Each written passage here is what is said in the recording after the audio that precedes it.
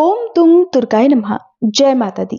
प्रिय श्रोताओं, आज गुप्त नवरात्रि के चौथे दिन आप सभी सुनेंगे श्री दुर्गा सप्तशती पाठ के अध्याय 5, 6, 7 और 8 का वर्णन।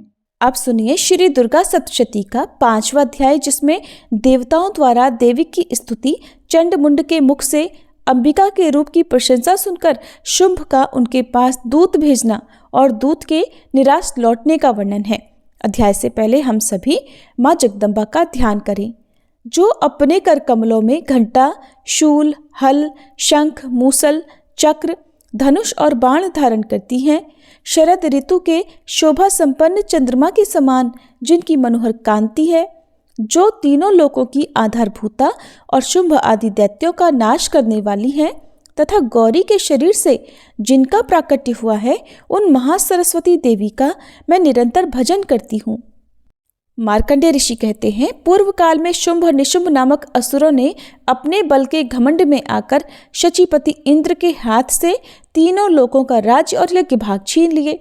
वे ही दोनों सूर्य, चंद्रमा, कुबेर, यम और वरुण के अधिकार का भी उपयोग करने लगे। वायु और अग्नि का कार्य भी वे ही करने लगे।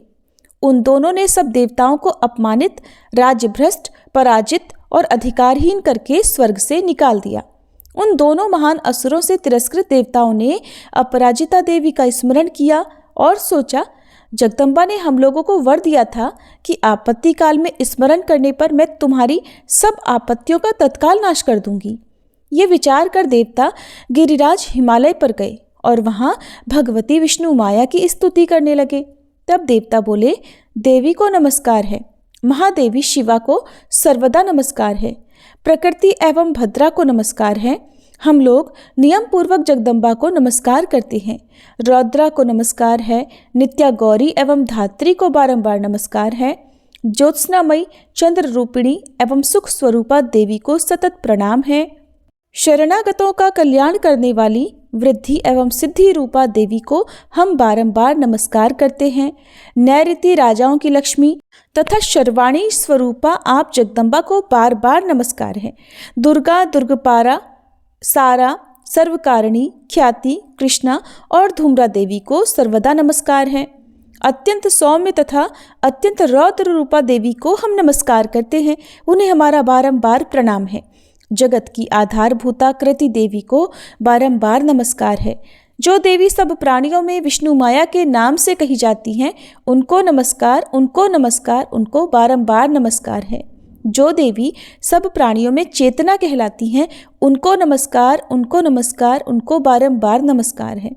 जो देवी सब प्राणियों में बुद्धि रूप से स्थित हैं, उनको नमस्कार, उनको नमस्कार, उनको बारंबार नमस्कार है।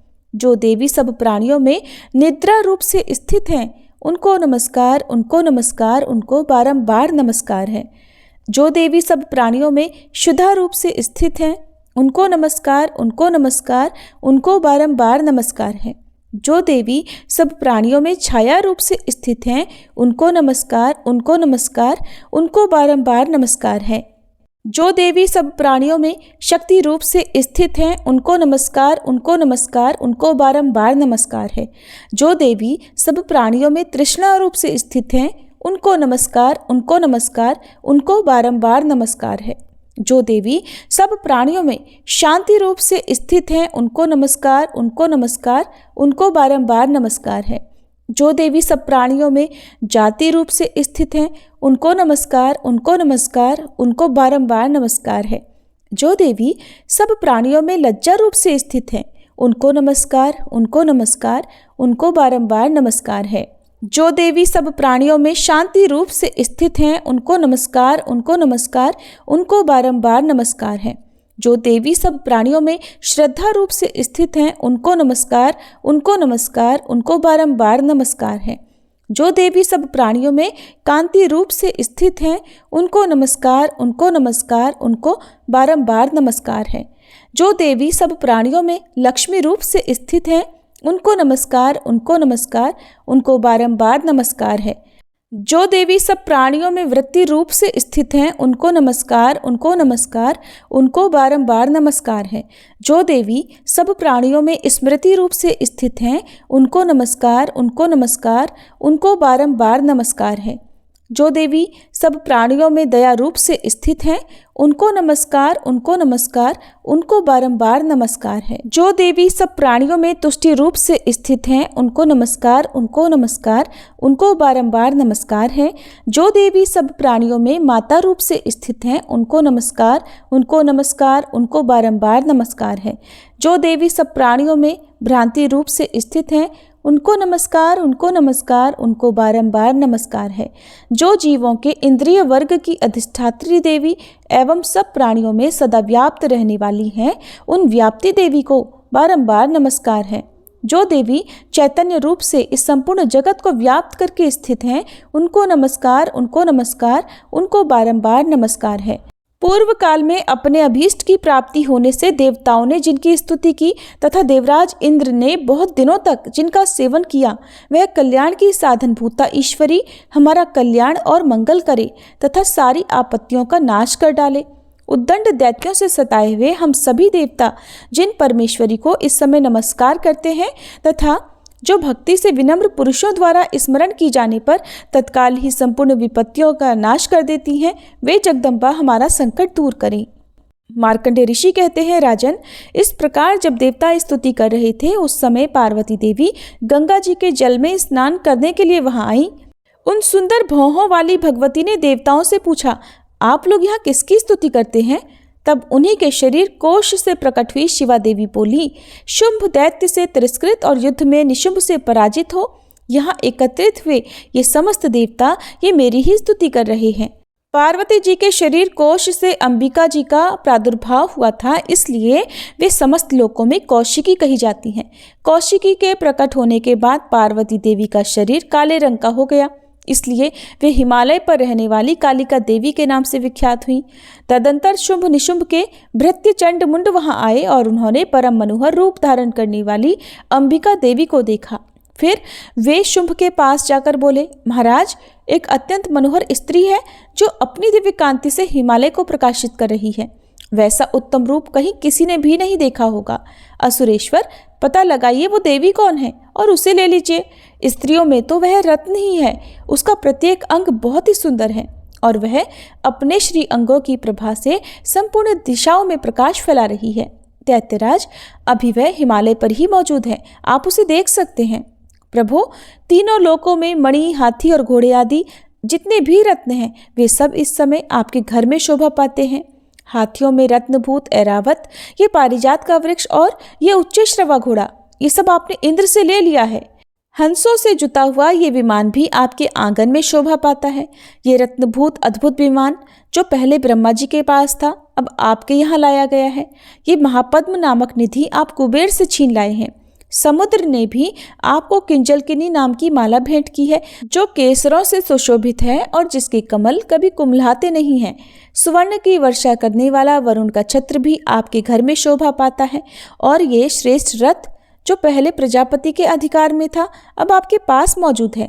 दैत्येश्वर, मृत्यु की उत्क्रांतिदा नाम वाली शक्ति भी आपने छीन ली है और वरुण का पाश तथा समुद्र में होने वाले सब प्रकार के रत्न आपके भाई निशुंभ के अधिकार में हैं।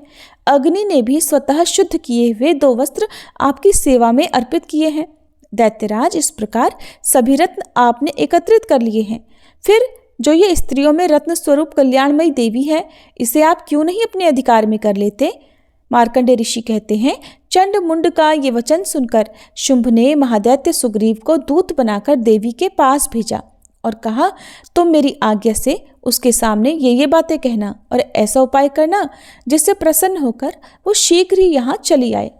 वह दूत पर्वत के अत्यंत रमणीय प्रदेश में जहाँ देवी मौजूद थी गया और मधुरवाणी में कोमल वचन बोला। दूत कहने लगा, देवी, दैत्यराज शुंभ इस समय तीनों लोकों के परमेश्वर हैं। मैं उन्हीं का भेजा हुआ दूत हूँ और यहाँ तुम्हारे ही पास आया हूँ। उनकी आज्ञा सदा सब देवता एक स्वर से मानते हैं, कोई उसका उल्लंघन नहीं कर सकता। वे संपूर्ण देवताओं को परास्त कर चुके हैं। उन्होंने तुम्हारे लिए जो संदेश दिया है उसे सुनो। संपूर्ण त्रिलोकी मेरे अधिकार में है, देवता भी मेरी आज्ञा के अधीन चलते हैं। संपूर्ण यज्ञों के भागों को मैं ही पृथक पृथक भोगता हूँ। तीनों लोकों में जितने श्रेष्ठ रत्न हैं वे सब मेरे अधिकार में हैं। देवराज इंद्र का वाहन ऐरावत, जो हाथियों में रत्न के समान है, मैंने छीन लिया है। क्षीर सागर का मंथन करने से जो अश्वरत्न उच्च श्रवा प्रकट हुआ था, उसे देवताओं ने मेरे पैरों पर पड़कर समर्पित किया है। सुंदरी, उनके सिवा और भी जितने रत्नभूत पदार्थ देवताओं, गंधर्वों और नागों के पास थे, वे सब मेरे ही पास आ गए हैं। देवी, हम लोग तुम्हें संसार की स्त्रियों में रत्न मानते हैं, इसलिए तुम हमारे पास आ जाओ, क्योंकि रत्नों का उपभोग करने वाले हम ही हैं। चंचल कटाक्षों वाली सुंदरी, तुम मेरे या मेरे भाई महापराक्रमी निशुंभ की सेवा में आ जाओ, क्योंकि तुम रत्न रूपा हो। मेरा वरण करने से तुम्हें तुलना रहित महान ऐश्वर्य की प्राप्ति होगी। अपनी बुद्धि से ये विचार कर तुम मेरी पत्नी बन जाओ। ऋषि कहते हैं, दूत के ऐसा कहने पर कल्याणमयी भगवती दुर्गा देवी, जो इस जगत को धारण करती हैं, मन ही मन गंभीर भाव से मुस्कुराई और इस प्रकार बोली। देवी ने कहा, दूत, तुमने सत्य कहा है, इसमें तनिक भी मिथ्या नहीं है। शुंभ तीनों लोकों का स्वामी है और निशुंभ भी उसी के समान पराक्रमी है, किंतु इस विषय में मैंने जो प्रतिज्ञा कर ली है उसे मिथ्या कैसे करूं? मैंने अपनी अल्प बुद्धि के कारण पहले से जो प्रतिज्ञा कर रखी है उसे सुनो। जो मुझे संग्राम में जीत लेगा, जो मेरे अभिमान को चूर्ण कर देगा तथा संसार में जो मेरे समान बलवान होगा, वही मेरा स्वामी होगा। इसलिए शुंभ अथवा महादैत्य निशुंभ स्वयं ही मेरे यहाँ पधारे और मुझे जीतकर शीघ्र ही मेरा पाणी ग्रहण कर ले। इसमें विलंब की क्या आवश्यकता है? दूत बोला, देवी, तुम घमंड में भरी हो, मेरे सामने ऐसी बातें ना करो। तीनों लोकों में कौन ऐसा पुरुष है जो शुंभ निशुंभ के सामने खड़ा हो सके? देवी, अन्य दैत्यों के सामने भी सारे देवता युद्ध में नहीं ठहर सकते, फिर तुम अकेली स्त्री होकर कैसे ठहर सकती हो? जिन शुंभ आदि दैत्यों के सामने इंद्र आदि सब देवता भी युद्ध में खड़े नहीं हुए, उनके सामने तुम स्त्री होकर कैसे जाओगी? इसलिए तुम मेरे ही कहने से शुंभ निशुंभ के पास चली चलो। ऐसा करने से तुम्हारे गौरव की रक्षा होगी, नहीं तो जब वे केश पकड़कर घसीटेंगे तब तुम्हें अपनी प्रतिष्ठा खोकर जाना पड़ेगा। देवी ने कहा, तुम्हारा कहना ठीक है, शुंभ बलवान है और निशुंभ भी बड़े पराक्रमी है, किंतु क्या करूं? मैंने पहले बिना सोचे समझे प्रतिज्ञा कर ली है, अतः अब तुम जाओ। मैंने तुमसे जो कुछ कहा है वो सब दैत्यराज से आदरपूर्वक कहना, फिर वे जो उचित जान पड़े करें। जय माता दी। इस प्रकार श्री मार्कंडेय पुराण में सावर्णिक मनवंतर की कथा के अंतर्गत देवी महात्म्य में देवी दूत संवाद नामक 5वां अध्याय पूर्ण हुआ। अब सुनिए 6ठा अध्याय, जिसमें धूम्रलोचन वध का वर्णन किया गया है। अध्याय से पहले हम सभी माँ जगदम्बा का ध्यान करें। मैं सर्वगेश्वर भैरव के अंक में निवास करने वाली परमोत्कृष्ट पद्मावती देवी का चिंतन करती हूँ। वे नागराज के आसन पर बैठी हैं। नागों के फणों में सुशोभित होने वाली मणियों की विशाल माला से उनकी देहलता उद्भासित हो रही है। सूर्य के समान उनका तेज है। 3 नेत्र उनकी शोभा बढ़ा रहे हैं। वे हाथों में माला, कुंभ, कपाल और कमल लिए हुए हैं तथा उनके मस्तक में अर्धचंद्र का मुकुट सुशोभित है। मार्कंडेय ऋषि कहते हैं, देवी का ये कथन सुनकर दूत को बड़ा अमर्ष हुआ और उसने दैत्यराज के पास जाकर सब समाचार विस्तार पूर्वक कह सुनाया। दूत के उस वचन को सुनकर दैत्यराज कुपित हो उठा और दैत्य सेनापति धूम्रलोचन से बोला, धूम्रलोचन, तुम शीघ्र अपनी सेना साथ लेकर जाओ और उस दुष्टा के केश पकड़कर घसीटते हुए उसे बलपूर्वक यहाँ ले आओ। उसकी रक्षा करने के लिए यदि कोई दूसरा खड़ा हो तो वह देवता, यक्ष अथवा गंधर्व ही क्यों न हो, उसे अवश्य मार डालना। मार्कंडेय ऋषि कहते हैं, शुंभ के इस प्रकार आज्ञा देने पर वह धूम्रलोचन दैत्य 60,000 असुरों की सेना को साथ लेकर वहां से तुरंत चल दिया। वहां पहुंचकर उसने हिमालय पर रहने वाली देवी को देखा और ललकार कर कहा, अरे तू शुंभ निशुंभ के पास चल। यदि इस समय प्रसन्नतापूर्वक मेरे स्वामी के समीप नहीं चलेगी तो मैं बलपूर्वक केश पकड़कर घसीटते हुए तुझे ले चलूंगा। देवी बोली, तुम्हें दैत्यों के राजा ने भेजा है, तुम स्वयं भी बलवान हो और तुम्हारे साथ विशाल सेना भी है। ऐसी दशा में यदि मुझे बलपूर्वक ले चलोगे तो मैं तुम्हारा कर क्या सकती हूँ? मार्कंडेय ऋषि कहते हैं, देवी के ऐसा कहने पर असुर धूम्रलोचन उनकी ओर दौड़ा। तब अंबिका ने हुम शब्द के उच्चारण मात्र से उसे भस्म कर दिया।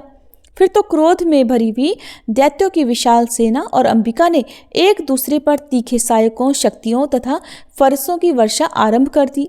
इतने में ही देवी का वाहन सिंह क्रोध में भरकर भयंकर गर्जना करके गर्दन के बालों को हिलाता हुआ असुरों की सेना में कूद पड़ा। उसने कुछ दैत्यों को पंजों की मार से, कितनों को अपने जबड़ों से और कितने ही महादैत्यों को पटक कर ओंठ की दाढ़ों से घायल करके मार डाला।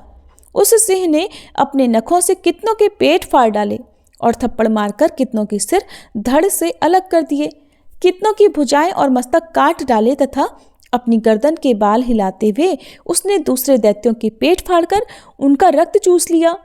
अत्यंत क्रोध में भरे हुए देवी के वाहन उस महाबली सिंह ने क्षण भर में ही असुरों की सारी सेना का संहार कर डाला। शुंभ ने जब सुना कि देवी ने धूम्रलोचन असुर को मार डाला और उसके सिंह ने सारी सेना का सफाया कर डाला, तब उस दैत्यराज को बड़ा क्रोध हुआ। उसके होठ कांपने लगे। उसने चंड और मुंड नामक दो महादैत्यों को आज्ञा दी, हे चंड और हे मुंड, तुम लोग बहुत बड़ी सेना लेकर वहां जाओ। उस देवी के केश पकड़कर अथवा उसे बांधकर शीघ्र यहाँ ले आओ। यदि इस प्रकार उसको लाने में संदेह हो तो युद्ध में सब प्रकार के अस्त्र शस्त्रों और समस्त आसुरी सेना का प्रयोग करके उसकी हत्या कर डालना। उस दुष्टा की हत्या होने और सिंह के मारे जाने पर उस अंबिका को बांधकर साथ लेकर शीघ्र ही लौट आना। जय माता दी। इस प्रकार श्री मार्कंडेय पुराण में सावर्णिक मनवंतर की कथा के अंतर्गत देवी महात्म्य में धूम्रलोचन वध नामक छठा अध्याय पूर्ण हुआ। अब सुनिए सातवां अध्याय, जिसमें चंड और मुंड के वध का वर्णन किया गया है। मार्कंडेय ऋषि कहते हैं, तदंतर शुंभ की आज्ञा पाकर वे चंड, मुंड आदि दैत्य चतुरंगिणी सेना के साथ अस्त्र शस्त्र से सुसज्जित होकर चल पड़े। फिर गिरिराज हिमालय के स्वर्णमय ऊंचे शिखर पर पहुंचकर उन्होंने सिंह पर बैठी देवी को देखा। वे मंद मंद मुस्कुरा रही थी। उन्हें देखकर दैत्य लोग तत्परता से पकड़ने का उद्योग करने लगे। किसी ने धनुष तान लिया, किसी ने तलवार संभाली और कुछ लोग देवी के पास आकर खड़े हो गए। तब अंबिका ने उन शत्रुओं के प्रति बड़ा क्रोध किया। उस समय क्रोध के कारण उनका मुख काला पड़ गया, ललाट में भौहें टेढ़ी हो गईं और वहां से तुरंत विकराल मुखी काली प्रकट हुई, जो तलवार और पाश लिए हुए थी। वे विचित्र खटवांग धारण किए और चीते के चर्म की साड़ी पहने नर मुंडों की माला से विभूषित थी। उनके शरीर का मांस सूख गया था, केवल हड्डियों का ढांचा था, जिससे वे अत्यंत भयंकर लग रही थी। उनका मुख बहुत विशाल था। जीभ लपलपाने के कारण वे और भी डरावनी प्रतीत होती थी। उनकी आंखें भीतर को धंसी हुई और कुछ लाल थीं। वे अपनी भयंकर गर्जना से संपूर्ण दिशाओं को गुंजा रही थीं। बड़े बड़े दैत्यों का वध करती हुई वे कालिका देवी बड़े वेग से दैत्यों की उस सेना पर टूट पड़ी और सबको भक्षण करने लगी। वे पार्श्व रक्षकों, अंकुशधारी महावतों, योद्धाओं और घंटा सहित कितने ही हाथियों को एक ही हाथ से पकड़कर मुंह में डाल लेती थी। इसी प्रकार घोड़े, रथ और सारथी के साथ रथी सैनिकों को मुंह में डालकर वे उन्हें बड़े भयानक रूप से चबा डालती थी। किसी के बाल पकड़ लेती, किसी का गला दबा देती, किसी को पैरों से कुचल डाल देती और किसी को छाती के धक्के से गिराकर मार डालती थी। वे असुरों के छोड़े हुए बड़े बड़े अस्त्र शस्त्र मुंह से पकड़ लेती और रोष में भरकर उनको दांतों से पीस डालती थी। काली ने बलवान एवं दुरात्मा दैत्यों की वह सारी सेना रौंद डाली, खा डाली और कितनों को मार भगाया। कोई तलवार के घाट उतारे गए, कोई खटवांग से पीटे गए और कितने ही असुर दांतों के अग्रभाग से कुचले जाकर मृत्यु को प्राप्त हुए। इस प्रकार देवी ने असुरों की उस सारी सेना को क्षण भर में मार गिराया। ये देख चंड उन अत्यंत भयानक काली देवी की ओर दौड़ा तथा महादैत्य मुंड ने भी अत्यंत भयंकर बाणों की वर्षा से तथा हजारों बार चलाए हुए चक्रों से उन भयानक नेत्रों वाली देवी को आच्छादित कर दिया। वे अनेकों चक्र देवी के मुख में समाते हुए ऐसे जान पड़े मानो सूर्य के बहुतेरे मंडल बादलों के उदर में प्रवेश कर रहे हों। तब भयंकर गर्जना करने वाली काली ने अत्यंत रोष में भरकर विकट अट्टहास किया। उस समय उनके विकराल बदन के भीतर कठिनता से देखे जा सकने वाले दांतों की प्रभा से वे अत्यंत उज्जवल दिखाई देती थी। देवी ने बहुत बड़ी तलवार हाथ में लेकर हंग का उच्चारण करके चंड पर धावा किया और उसके केश पकड़कर उसी तलवार से उसका मस्तक काट डाला। चंड को मारा गया देखकर मुंड भी देवी की ओर दौड़ा। तब देवी ने रोष में भरकर उसे भी तलवार से घायल करके धरती पर सुला दिया। महापराक्रमी चंड और मुंड को मारा गया देख मरने से बची हुई बाकी सेना भय से व्याकुल हो चारों ओर भाग गई। तदंतर काली ने चंड और मुंड का मस्तक हाथ में लेकर चंडिका के पास जाकर प्रचंड अट्टहास करते हुए कहा, देवी, मैंने चंड और मुंड नामक इन 2 महापशुओं को तुम्हें भेंट किया है। अब युद्ध यज्ञ में तुम शुंभ और निशुंभ का स्वयं ही वध करना। मार्कंडेय ऋषि कहते हैं, वहां लाए हुए उन चंड मुंड नामक महादैत्यों को देखकर कल्याणमयी चंडी ने काली से मधुर वाणी में कहा, देवी, तुम चंड और मुंड को लेकर मेरे पास आई हो, इसलिए संसार में चामुंडा के नाम से अब तुम्हारी ख्याति होगी। जय माता दी। इस प्रकार श्री मार्कंडेय पुराण में सावर्णिक मनवंतर की कथा के अंतर्गत देवी महात्म्य में चंडमुंड वध नामक 7वां अध्याय पूर्ण हुआ। अब सुनिए श्री दुर्गा सप्तशती का 8वां अध्याय, जिसमें रक्तबीज वध का वर्णन किया गया है। और अध्याय से पहले हम सब मिलकर माँ भगवती का ध्यान करें। मैं अणिमा आदि सिद्धिमयी किरणों से आवृत भवानी का ध्यान करती हूँ। उनके शरीर का रंग लाल है, नेत्रों में करुणा लहरा रही है तथा हाथों में पाश, अंकुश, बाण और धनुष शोभा पाते हैं। मार्कंडेय ऋषि कहते हैं, चंड और मुंड नामक दैत्यों के मारे जाने और बहुत सी सेना का संहार हो जाने पर दैत्यों के राजा प्रतापी शुंभ के मन में बड़ा क्रोध हुआ और उसने दैत्यों की संपूर्ण सेना को युद्ध के लिए कूच करने की आज्ञा दी। वह बोला, आज उदयुद्ध नाम के 86 दैत्य सेनापति अपनी सेनाओं के साथ युद्ध के लिए प्रस्थान करें। कंबू नाम वाले दैत्यों के 84 सेना नायक अपनी वाहिनी से घिरे हुए यात्रा करें। 50 कोटि वीर कुल के और 100 धौम्र कुल के असुर सेनापति मेरी आज्ञा से सेना सहित कूच करें। कालक, दोहर्द, मौर्य और काल के असुर भी युद्ध के लिए तैयार हो मेरी आज्ञा से तुरंत प्रस्थान करें। भयानक शासन करने वाला असुरराज शुंभ इस प्रकार आज्ञा देकर सहस्त्रों बड़ी बड़ी सेनाओं के साथ युद्ध के लिए प्रस्थान कर गया। उसकी अत्यंत भयंकर सेना आती देख चंडिका ने अपने धनुष की टंकार से पृथ्वी और आकाश के बीच का भाग गुंजा दिया। तदंतर देवी के सिंह ने भी बड़े जोर जोर से दहाड़ना आरंभ किया। फिर अंबिका ने घंटे के शब्द से उस ध्वनि को और भी बढ़ा दिया। धनुष की टंकार, सिंह की दहाड़ और घंटे की ध्वनि से संपूर्ण दिशाएं गूंज उठी।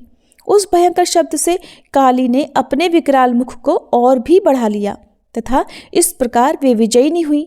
उस तुमुल नाद को सुनकर दैत्यों की सेनाओं ने चारों ओर से आकर चंडिका देवी, सिंह तथा काली देवी को क्रोधपूर्वक घेर लिया। मार्कंडेय ऋषि कहते हैं, राजन, इसी बीच में असुरों के विनाश तथा देवताओं के अभ्युदय के लिए ब्रह्मा, शिव, कार्तिकेय, श्री विष्णु तथा इंद्र आदि देवों की शक्तियां जो अत्यंत पराक्रम और बल से संपन्न थी, उनके शरीरों से निकलकर उन्हीं के रूप में चंडिका देवी के पास गईं। जिस देवता का जैसा रूप, जैसा वेशभूषा और जैसा वाहन है, ठीक वैसे ही साधनों से संपन्न हो उसकी शक्ति असुरों से युद्ध करने के लिए आई। सबसे पहले हंसयुक्त विमान पर बैठी हुई अक्षसूत्र और कमंडल से सुशोभित ब्रह्मा जी की शक्ति उपस्थित हुई, जिसे ब्रह्माणी कहते हैं। महादेव जी की शक्ति वृषभ पर आरूढ़ होकर हाथों में श्रेष्ठ त्रिशूल धारण किए, महानाग का कंकण पहने, मस्तक में चंद्र रेखा से विभूषित हो वहां आ पहुंची। कार्तिकेय जी की शक्ति रूपा जगदम्बिका उन्हीं का रूप धारण किए श्रेष्ठ मयूर पर आरूढ़ होकर हाथों में शक्ति लिए दैत्यों से युद्ध करने के लिए आई। इस प्रकार भगवान विष्णु की शक्ति गरुड़ पर विराजमान हो शंख, चक्र, गदा, शारंग, धनुष तथा खड्ग हाथ में लिए वहां आई। अनुपम यज्ञ वराह का रूप धारण करने वाले श्री हरि की जो शक्ति है, वो भी वराह शरीर धारण करके वहां उपस्थित हुई। नारसिंगी शक्ति भी नरसिंह के समान शरीर धारण करके वहां आई। उसकी गर्दन के बालों के झटके से आकाश के तारे बिखर पड़ते थे। इसी प्रकार इंद्र की शक्ति वज्र हाथ में लिए गजराज ऐरावत पर बैठकर आई। उसके भी सहस्त्र नेत्र थे। इंद्र का जैसा रूप है वैसा ही उसका भी था। तदंतर उन देव शक्तियों से घिरे हुए महादेव जी ने चंडिका से कहा, मेरी प्रसन्नता के लिए अब तुम शीघ्र ही इन असुरों का संहार करो। तब देवी के शरीर से अत्यंत भयानक और परम उग्र चंडिका शक्ति प्रकट हुई, जो सैकड़ों गीदड़ियों की भांति आवाज करने वाली थी। उस अपराजिता देवी ने धूमिल जटा वाले महादेव जी से कहा, भगवान, आप शुंभ निशुंभ के पास दूत बनकर जाइए और उन अत्यंत गर्वीले दानव शुंभ और निशुंभ दोनों से कहिए। साथ ही उनके अतिरिक्त भी जो दानव युद्ध के लिए वहां उपस्थित हो उनको भी ये संदेश दीजिए कि दैत्यों, यदि तुम जीवित रहना चाहते हो तो पाताल को लौट जाओ। इंद्र को त्रिलोकी का राज्य मिल जाए और देवता यज्ञ भाग का उपभोग करें। यदि बल के घमंड में आकर तुम युद्ध की अभिलाषा रखते हो तो आओ, मेरी शिवाएं तुम्हारे कच्चे मांस से तृप्त हों। क्योंकि उस देवी ने भगवान शिव को दूत के कार्य में नियुक्त किया था, इसलिए वे शिवदूती के नाम से संसार में विख्यात हुई। वे महादैत्य भी भगवान शिव के मुंह से देवी के वचन सुनकर क्रोध में भर गए और जहां कात्यायनी विराजमान थी उस ओर बढ़े। तदंतर वे दैत्य अमर्ष में भरकर पहले ही देवी के ऊपर बाण, शक्ति और रिष्टि आदि अस्त्रों की वर्षा करने लगे। तब देवी ने भी खेल ही खेल में धनुष की टंकार की और उससे छोड़े हुए बड़े बड़े बाणों द्वारा दैत्यों के चलाए हुए बाण, शूल, शक्ति और फरसों को काट डाला। फिर काली उनके आगे होकर शत्रुओं को शूल के प्रहार से विदीर्ण करने लगी और खटवांग से उनका कचूमर निकालती हुई रणभूमि में विचरने लगी। ब्रह्माणी भी जिस जिस ओर दौड़ती उसी ओर अपने कमंडल का जल छिड़ककर शत्रुओं के ओज और पराक्रम को नष्ट कर देती थी। माहेश्वरी ने त्रिशूल से तथा वैष्णवी ने चक्र से और अत्यंत क्रोध में भरी हुई कुमार कार्तिकेय की शक्ति ने शक्ति से दैत्यों का संहार आरंभ किया। इंद्र शक्ति के वज्र प्रहार से विदीर्ण हो सैकड़ों दैत्य दानव रक्त की धारा बहाते हुए पृथ्वी पर सो गए। वाराही शक्ति ने कितनों को अपनी थूथन की मार से नष्ट किया, दाढ़ों के अग्रभाग से कितनों की छाती छेद डाली और कितने ही दैत्य उसके चक्र की चोट से विदीर्ण होकर गिर पड़े। नारसिंही भी दूसरे महादैत्यों को अपने नखों से विदीर्ण करके खाती और सिंहनाद से दिशाओं और आकाश को गुंजाती हुई युद्ध क्षेत्र में विचरने लगी। कितने ही असुर शिवदूती के प्रचंड अट्टहास से अत्यंत भयभीत हो पृथ्वी पर गिर पड़े और गिरने पर उन्हें शिवदूती ने उसी समय अपना ग्रास बना लिया। इस प्रकार क्रोध में भरे हुए मातृगणों को नाना प्रकार के उपायों से बड़े बड़े असुरों का मर्दन करते देख दैत्य सैनिक भाग खड़े हुए। मातृगणों से पीड़ित दैत्यों को युद्ध से भागता देख रक्तबीज नामक महादैत्य क्रोध में भरकर युद्ध करने के लिए आया। उसके शरीर से जब रक्त की बूंदें पृथ्वी पर गिरती तब उसी के समान शक्तिशाली एक दूसरा महादैत्य पृथ्वी पर पैदा हो जाता। महाअसुर रक्तबीज हाथ में गदा लेकर इंद्र शक्ति के साथ युद्ध करने लगा। तब ऐन्द्री ने अपने वज्र से रक्तबीज को मारा। वज्र से घायल होने पर उसके शरीर से बहुत सा रक्त चूने लगा, जिससे उसी के समान रूप तथा पराक्रम वाले योद्धा उत्पन्न होने लगे। उसके शरीर से रक्त की जितनी बूंदें गिरी उतने ही पुरुष उत्पन्न हो गए। वे सब रक्तबीज के समान ही वीर्यवान, बलवान तथा पराक्रमी थे। वे रक्त से उत्पन्न होने वाले पुरुष भी अत्यंत भयंकर अस्त्र शस्त्रों का प्रहार करते हुए वहां मातृगणों के साथ घोर युद्ध करने लगे। पुनः वज्र के प्रहार से जब उसका मस्तक घायल हुआ तब रक्त बहने लगा और उससे हजारों पुरुष उत्पन्न हो गए। वैष्णवी ने युद्ध में रक्तबीज पर चक्र का प्रहार किया और ऐन्द्री ने उस दैत्य सेनापति को गदा से चोट पहुंचाई। वैष्णवी के चक्र से घायल होने पर उसके शरीर से जो रक्त बहा और उससे जो उसी के बराबर आकार वाले सहस्त्रों महादैत्य प्रकट हुए, उनके द्वारा संपूर्ण जगत व्याप्त हो गया। कौमारी ने शक्ति से, वाराही ने खड्ग से और महेश्वरी ने त्रिशूल से महादैत्य रक्तबीज को घायल किया। क्रोध में भरे हुए उस महादैत्य रक्तबीज ने भी सभी मात्र शक्तियों पर पृथक पृथक प्रहार किया। शक्ति और शूल आदि से अनेक बार घायल होने पर जो उसके शरीर से रक्त की धारा पृथ्वी पर गिरी, उससे भी निश्चय ही सैकड़ों असुर उत्पन्न हो गए। इस प्रकार उस महादैत्य के रक्त से प्रकट हुए असुरों द्वारा संपूर्ण जगत व्याप्त हो गया। इससे उन देवताओं को बड़ा भय हुआ। देवताओं को उदास देखकर चंडिका ने काली से शीघ्रतापूर्वक कहा, चामुंडे, अब तुम अपना मुख और भी फैलाओ और मेरे शस्त्रापात से गिरने वाले रक्त बिंदुओं और उनसे उत्पन्न होने वाले महादैत्यों को तुम अपने इस उतावले मुख से खा जाओ। इस प्रकार रक्त से उत्पन्न होने वाले महादैत्यों को भक्षण करती हुई तुम रण में विचरती रहो। ऐसा करने से उस दैत्य का सारा रक्त क्षीण हो जाने पर वह स्वयं भी नष्ट हो जाएगा। उन भयंकर दैत्यों को जब तुम खा जाओगी तब दूसरे नए दैत्य उत्पन्न नहीं हो सकेंगे। काली से ऐसा कहकर चंडिका देवी ने शूल से रक्तबीज को मारा और काली ने अपने मुख में उसका सारा रक्त ले लिया। तब उसने वहां चंडिका पर गदा से प्रहार किया, किंतु उस गदापात ने देवी को तनिक भी चोट नहीं पहुंचाई। रक्त बीज के घायल शरीर से बहुत सा रक्त गिरा, किंतु जैसे ही वह गिरा वैसे ही चामुंडा ने उसे अपने विकराल मुख में ले लिया। रक्त गिरने से काली के मुख में जो महादैत्य उत्पन्न हुए उन्हें भी वह चट कर गई और उसने रक्तबीज का रक्त भी पी लिया। तदंतर देवी ने रक्तबीज को, जिसका रक्त चामुंडा ने पी लिया था, वज्र, बाण, खड्ग तथा रिष्टि आदि से मार डाला। राजा ने इस प्रकार शस्त्रों के समुदाय से आहत और रक्तहीन हुआ महादैत्य रक्तबीज पृथ्वी पर गिर पड़ा।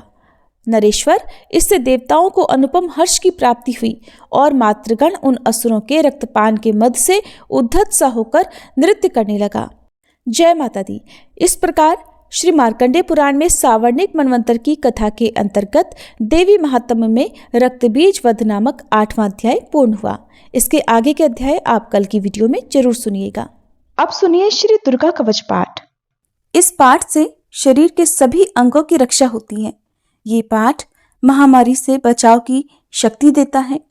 यह पाठ संपूर्ण आरोग्य का शुभ वरदान देता है और यह कवच पाठ अत्यंत गोपनीय पाठ है, इसलिए इसे पूरी पवित्रता से किया जाना चाहिए। 18 महापुराणों में से एक मार्कंडेय पुराण के अंदर देवी कवच के श्लोक अंतर्भूत हैं और ये अद्भुत दुर्गा सप्तशती का हिस्सा है। देवी कवच को भगवान ब्रह्मा जी ने ऋषि मार्कंडेय को सुनाया था। महर्षि मार्कंडेय श्री ब्रह्मा जी से बोले, हे पितामह, संसार में जो गुप्त हो और जो मनुष्यों की सब प्रकार से रक्षा करता हो और जो आपने किसी को भी आज तक बताया न हो, वह कवच मुझे बताइए। श्री ब्रह्मा जी कहने लगे, अत्यंत गुप्त और सब प्राणियों की रक्षा करने वाला, सबकी भलाई करने वाला कवच मुझसे सुनो। प्रथम शैलपुत्री, दूसरी ब्रह्मचारिणी, तीसरी चंद्रघंटा, चौथी कुष्मांडा, पांचवी स्कंद माता, छठी कात्यायनी, सातवीं कालरात्रि, आठवीं महागौरी और नौवीं सिद्धिदात्री। ये देवी की 9 मूर्तियां हैं। ये नव दुर्गा कहलाती हैं। आग में जलता हुआ, रण में शत्रु से घिरा हुआ, विषम संकट में फंसा हुआ मनुष्य अगर देवी दुर्गा के नामों का स्मरण करे तो उसको कभी भी हानि नहीं हो सकती। रण में उसके लिए कुछ भी आपत्ति नहीं होती और न उसे किसी प्रकार का कोई दुख या डर ही होता है। हे देवी, जिसने श्रद्धापूर्वक तुम्हारा स्मरण किया है उसकी वृद्धि होती है और जो तुम्हारा चिंतन करते हैं उनकी तुम निसंदेह रक्षा करने वाली हो। चामुंडा प्रेत पर, वाराही भैंसे पर, रौद्री हाथी पर, वैष्णवी गरुड़ पर अपना आसन जमाती हैं। माहेश्वरी बैल पर, कौमारी मोर पर और हाथ में कमल लिए हुए विष्णुप्रिया लक्ष्मी जी कमल के आसन पर विराजती हैं। बैल पर बैठी हुई ईश्वरी देवी ने श्वेत रूप धारण कर रखा है और सब प्रकार के आभूषणों से विभूषित ब्राह्मी देवी हंस पर बैठती हैं और इस प्रकार ये सब देवियां सब प्रकार के योगों से युक्त और अनेक प्रकार के रत्न धारण किए हुए हैं। भक्तों की रक्षा के लिए संपूर्ण देवियां रथ में बैठी और क्रोध में भरी हुई दिखाई देती हैं तथा चक्र, गदा, शक्ति, हल, मूसल, खेटक और तोमर, परशु तथा पाश, भाला और त्रिशूल और उत्तम शारंग आदि शस्त्रों को दैत्यों के नाश के लिए और भक्तों की रक्षा करने के लिए, देवताओं के कल्याण के लिए धारण किए हुए हैं। हे महारौद्रे, अत्यंत घोर पराक्रम, महान बल और महान उत्साह वाली देवी, आपको मैं नमस्कार करता हूँ। हे देवी, आपका दर्शन दुर्लभ है और आप शत्रुओं के भय को बढ़ाने वाली हैं। हे जगदम्बिके, मेरी रक्षा करो। पूर्व दिशा में ऐन्द्री शक्ति मेरी रक्षा करे, अग्निकोण में अग्नि शक्ति, दक्षिण दिशा में वाराही देवी और नैऋत्य कोण में खड्गधारिणी देवी मेरी रक्षा करें। पश्चिम दिशा में वारुणी, वायु कोण में मृगवाहिनी, उत्तर दिशा में कौमारी और ईशान कोण में शूलधारिणी देवी मेरी रक्षा करें। ब्रह्माणी ऊपर की ओर से मेरी रक्षा करें और वैष्णवी देवी नीचे की ओर मेरी रक्षा करें। और इसी प्रकार शव पर बैठी चामुंडा देवी दसों दिशाओं में मेरी रक्षा करें। जया देवी आगे, विजया पीछे की ओर, अजिता बाईं ओर, अपराजिता दाहिनी ओर मेरी रक्षा करें। उद्योतिनी देवी शिखा की रक्षा करे तथा उमा मेरे मस्तक पर विराजमान होकर मेरी रक्षा करे। इसी प्रकार ललाट की मालाधरी देवी रक्षा करे और यशस्विनी देवी मेरी भौहों की रक्षा करे। भौहों के मध्य भाग में त्रिनेत्रा नथुनों की यमघंटा देवी रक्षा करे। नेत्रों के मध्य में शंखिनी देवी और द्वारवासिनी देवी कानों की रक्षा करे। कपोलों की कालिका देवी और कानों के मूल भाग की भगवती शांकरी रक्षा करे। सुगंधा नासिका में और चर्चिका ऊपर के ओंठ में, अमृतकला नीचे के ओंठ की सरस्वती देवी जीभ की रक्षा करे। कुमारी देवी दांतों की और चंडिका कंठ प्रदेश की रक्षा करें। चित्रघंटा गले की घाटी की और महामाया तालु की रक्षा करें। कामाक्षी देवी ठोड़ी की और सर्वमंगला मेरी वाणी की रक्षा करे। भद्रकाली गर्दन की और धनुर्धरी पीठ के मेरुदंड की रक्षा करें। कंठ के बाहरी भाग की नीलग्रीवा और कंठ की नली की नलकुबरी रक्षा करें। दोनों कंधों की खड्गनी और वज्रधारिणी मेरी दोनों बाहों की रक्षा करें। दोनों हाथों की दंडनी और उंगलियों की रक्षा अंबिका देवी करें। शूलेश्वरी देवी संपूर्ण नखों की, कुलेश्वरी देवी मेरी कुक्षी की रक्षा करे। महादेवी दोनों स्तनों की और शोक विनाशिनी देवी मेरे मन की रक्षा करे। ललिता देवी हृदय की और शूलधारिणी उदर की रक्षा करे। कामिनी देवी नाभि की, गुह्येश्वरी गुह्य भाग की, पूतना और कामिका लिंग की और महिषवाहिनी गुदा की रक्षा करे। संपूर्ण कामनाओं को पूर्ण करने वाली महाबला देवी दोनों जंघाओं की रक्षा करे। विंध्यावासिनी दोनों घुटनों की और तेजसी देवी दोनों पांवों के पृष्ठभाग की, श्रीधरी पांवों की उंगलियों की, तलवासिनी तालुओं की, दृष्टा कराली देवी नखों की, ऊर्ध्व केशिनी केशों की, बागेश्वरी वाणी की रक्षा करे। रोमावलियों के छिद्रों की कौबेरी और त्वचा की बागेश्वरी देवी रक्षा करे। पार्वती देवी रक्त, मज्जा, वसा, मांस, हड्डी की रक्षा करे। आंतों की कालरात्रि देवी, पित्त की मुकुटेश्वरी देवी, पद्मावती कमलकोश की चूड़ामणि कफ की रक्षा करे। ज्वालामुखी नसों के जल की रक्षा करे। अभेद्या देवी शरीर के सब जोड़ों की रक्षा करे। ब्रह्माणी मेरे वीर की, छत्रेश्वरी देवी छाया की और धर्मधारिणी देवी मेरे अहंकार, मन और बुद्धि की रक्षा करे। प्राण, अपान, व्यान, उदान और समान की वज्रहस्ता देवी रक्षा करे। कल्याण शोभना मेरे प्राणों की रक्षा करे। रस, रूप, गंध, शब्द और स्पर्श इन विषयों का अनुभव करते समय योगिनी देवी मेरी रक्षा करे तथा सत्वगुण, रजोगुण और तमोगुण की रक्षा नारायणी देवी करे।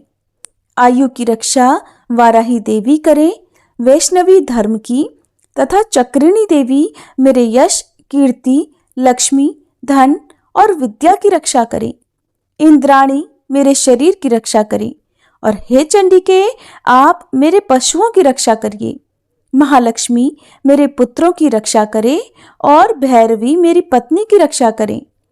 राजा के दरबार में महालक्ष्मी तथा सब ओर व्याप्त रहने वाली विजया देवी चारों ओर से मेरी रक्षा करे। जो स्थान रक्षा से रहित हो और कवच में रह गया हो उसकी पापों का नाश करने वाली जयंती देवी रक्षा करे। अपना शुभ चाहने वाले मनुष्यों को बिना कवच के एक पल भी कहीं नहीं जाना चाहिए, क्योंकि कवच रखने वाला मनुष्य जहां जहां भी जाता है वहां वहां उसे अवश्य धन लाभ होता है और वह सफलता प्राप्त करता है। वह जिस अभीष्ट वस्तु की इच्छा करता है वह उसको इसी कवच के प्रभाव से अवश्य मिलती है और वह इसी संसार में महाऐश्वर्य को प्राप्त होता है। कवचधारी मनुष्य निर्भय होता है और वह तीनों लोकों में माननीय होता है। देवी का यह कवच देवताओं के लिए भी अत्यंत दुर्लभ है। जो प्रतिदिन नियम पूर्वक तीनों संध्याओं के समय श्रद्धा के साथ इसका पाठ करता है उसे देव शक्ति प्राप्त होती है। वह तीनों लोकों को जीत सकता है और अकाल मृत्यु से रहित होकर 100 वर्षों तक जीवित रहता है। उसकी लूता, चर्म रोग, विस्फोटक आदि समस्त व्याधियां समूल नष्ट हो जाती हैं और स्थावर, जंगम तथा कृत्रिम विष दूर होकर उनका कोई असर नहीं होता और समस्त अभिचारक प्रयोग और इस तरह के जितने यंत्र मंत्र इत्यादि होते हैं इस कवच के हृदय में धारण करने पर नष्ट हो जाते हैं। इसके अलावा पृथ्वी पर विचरने वाले भूचर, नभचर, जलचर प्राणी, उपदेश मात्र से सिद्ध होने वाले निम्न कोटि के देवता, अपने जन्म से साथ प्रकट होने वाले देवता, कुल देवता, माला आदि डाकिनी, शाकिनी, अंतरिक्ष में विचरने वाली अत्यंत बलवती भयानक डाकिनियां, ग्रह, भूत, पिशाच, यक्ष, गंधर्व, राक्षस, ब्रह्म राक्षस, बेताल, कुष्मांड और भैरव आदि अनिष्टकारक देवता भी उस मनुष्य को जिसने कि अपने हृदय में यह कवच धारण किया हुआ है देखते ही भाग जाते हैं। इस कवच के धारण करने से मन और तेज बढ़ता है। जो मनुष्य इस कवच का पाठ करके सप्तशती चंडी का पाठ करता है उसका यश जगत में विख्यात होता है और जब तक वन, पर्वत और कानन आदि इस भूमंडल पर हैं तब तक यहाँ पुत्र पौत्र आदि संतान परंपरा बनी रहती है। फिर देहांत होने पर ऐसा मनुष्य परम पद को प्राप्त होता है जो देवताओं के लिए भी दुर्लभ है और अंत में सुंदर रूप को धारण करके भगवान शंकर के साथ आनंद करता हुआ परम मोक्ष को प्राप्त होता है। श्री दुर्गा कवच पाठ समाप्त।